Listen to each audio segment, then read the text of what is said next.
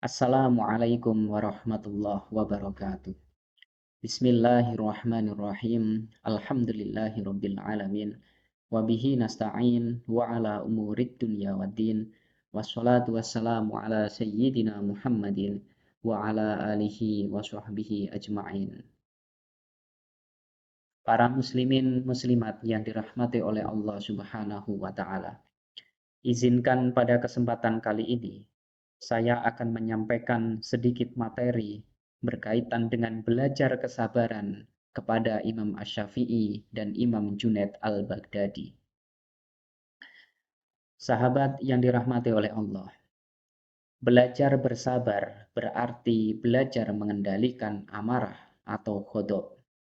Amarah kerap kali diartikan sebagai kondisi mendidihnya darah dalam jantung yang mendorong seseorang untuk mencaci maki, mencela, dan menuntut balas atas perlakuan yang membuatnya sampai pada kondisi tersebut. Kemarahan tidak bisa diundang atau dipaksa datang, persis seperti cinta, sebab ia tergolong dalam sifat naluriah manusia. Sebagaimana seseorang tidak dapat dipaksa untuk mencintai, ia juga tidak dapat dipaksa untuk memarahi. Selain itu, kemarahan juga tidak bisa dimusnahkan dan menghabisinya hingga ke akar. Kita hanya bisa mengendalikannya menjadi energi positif yang dahsyat. Karena itu, ulama tidak pernah memberi tips untuk memusnahkan kemarahan, melainkan mengendalikannya. Satu-satunya alat mengendalikan kemarahan adalah ilmu dan kepekaan mengambil hikmah dari setiap kejadian. Terkait bagaimana mengendalikan sifat marah, kita bisa belajar dari kisah Imam Muhammad bin Idris Asy-Syafi'i dan Imam Junaid al-Baghdadi. Hal ini sebagaimana yang diterangkan dalam kitab Tanwirul Qulub karya Syekh Muhammad Amin Al-Qurdi Al-Irbili. Beliau adalah seorang Syafi'i sentris dan asketis penganut Thariqah Naqsabandiyah. Sahabat yang dirahmati oleh Allah Subhanahu wa taala. Imam Muhammad bin Idris Asy-Syafi'i termasuk ulama yang masyhur dengan hiasan akhlak terpuji. Selain dermawan, ia juga terkenal berhati lapang, berhati lembut, penyabar, dan penuh kasih sayang. Selain dermawan, ia juga terkenal berhati lapang. Berkali-kali sekelompok pendengki berupaya membuatnya marah. Namun sayang, upaya demi upaya selalu gagal. Sampai pada suatu hari, sekelompok pendengki mendatangi seorang tukang jahit setelah mengetahui bahwa Asy-Syafi'i meminta agar dibuatkan baju di sana. Segala bujuk rayu mereka lakukan di hadapan si tukang jahit demi menyalurkan misi kedengkian mereka terhadap Asy-Syafi'i. Sampai-sampai mereka berani membayar si penjahit tadi agar ia menuruti apapun yang mereka mau.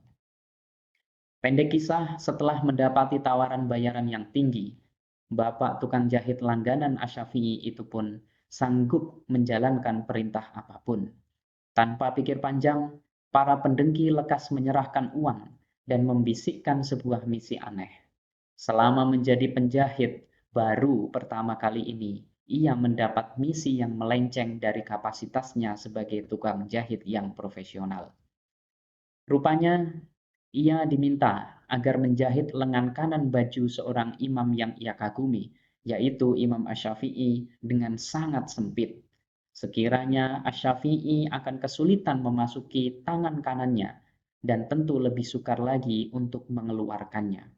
Sedangkan lengan kiri baju tersebut dibuat berumbai-rumbai, sangat lebar. Kurang lebih mungkin seperti bajunya orang yang dianggap lelucon. Sebuah misi yang sangat tidak mudah bagi seorang penjahit yang profesional. Sebab mustahil ia tanpa sengaja menjahit dengan sebegitu aneh. Profesionalitasnya akan mendustakan buah tangannya sendiri. Tetapi sanggup atau tidak, ia harus melakukannya. Kontrak sudah ia tanda tangani dan uang sudah ia terima. Tidak lama berserang, tukang jahit mengantarkan baju aneh itu kepada Asy-Syafi'i.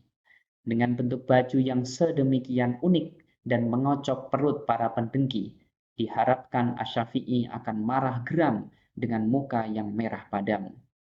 Harapan para pendengki, Asy-Syafi'i akan memaki-maki si tukang jahit sambil mengeluarkan dalil-dalil agama, menyampaikan hadis dan beberapa ayat Al-Quran sambil berapi-api penuh kebencian.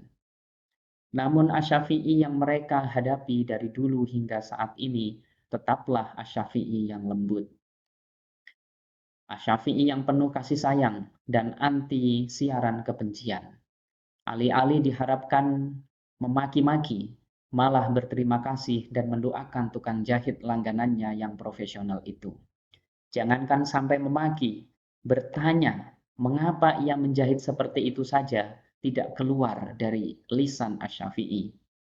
Dalam kondisi yang sedemikian keruh, ia mampu sangat cepat mengendalikan kemarahannya dan mengubahnya menjadi energi positif yang dahsyat, kemudian berterima kasih malah justru mendoakan kebaikan.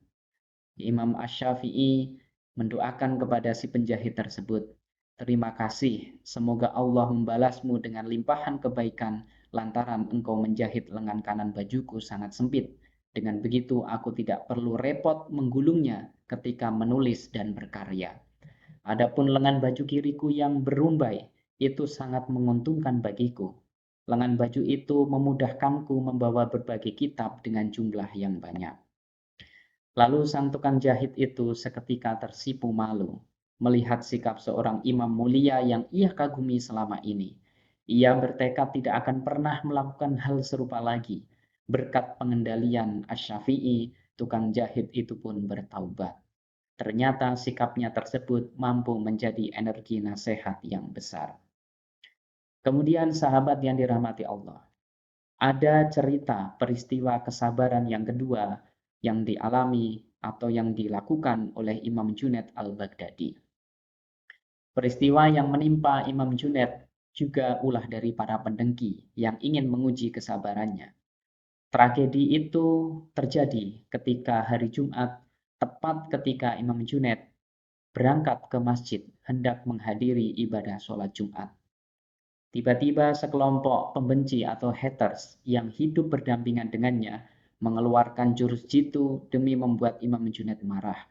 Mereka bersekongkol menyiram Imam Junaid dengan air sisa basuhan ikan yang telah mereka siapkan.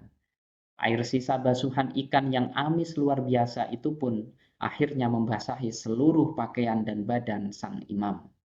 Beruntungnya karena ia disiram tepat ketika baru keluar dari pintu rumah sebelum berjalan jauh, maka Imam Junaid segera berganti pakaian. Kemudian para pembenci menanti-nanti kondisi di mana Imam Junaid marah besar dan memaki-maki sekelilingnya secara membabi buta tanpa henti. Namun Imam Junaid tak akan pernah menjadi guru besar dan menjadi guru para sufi, tempat para ulama yang lain belajar tentang kesabaran, jika ia sendiri gagal menjadi seorang yang penyabar. Imam Junaid malah tertawa terbahak-bahak mendapat perlakuan itu. Seraya beliau berkata, "Orang yang berhak masuk neraka seperti diriku ini, lalu mendapat rekonsiliasi dari Tuhan melalui siraman air basuhan ikan, jelas tidak pantas marah. Adanya justru bahagia," ucap Imam Junaid dengan penuh kegirangan. Lalu ia kembali masuk ke rumah dan mengganti pakaian yang basah kuyup itu dengan pakaian istrinya. Tampaknya Imam Junaid yang zuhud dan juga waro ini tidak memiliki pakaian lagi selain yang ia kenakan, sehingga harus menggantinya dan sholat Jumat dengan pakaian sang istri. Sahabat yang dirahmati oleh Allah, apa hikmah yang bisa kita ambil dari dua cerita tersebut? Menyimak dua kisah yang sudah ada tadi, tiada lain yang dapat mengendalikan marah selain ilmu dan ketangkasan mengambil hikmah dari setiap kejadian. Ilmu akan membuat kita selalu berbaik sangka kepada Allah yang menciptakan kita semua dan semua yang kita perbuat.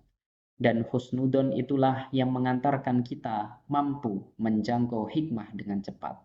Tentunya ini memerlukan latihan spiritual yang tidak sebentar. Semoga bermanfaat. Wallahul muwafiq ila aqwamit thoriq. Wassalamualaikum warahmatullahi wabarakatuh.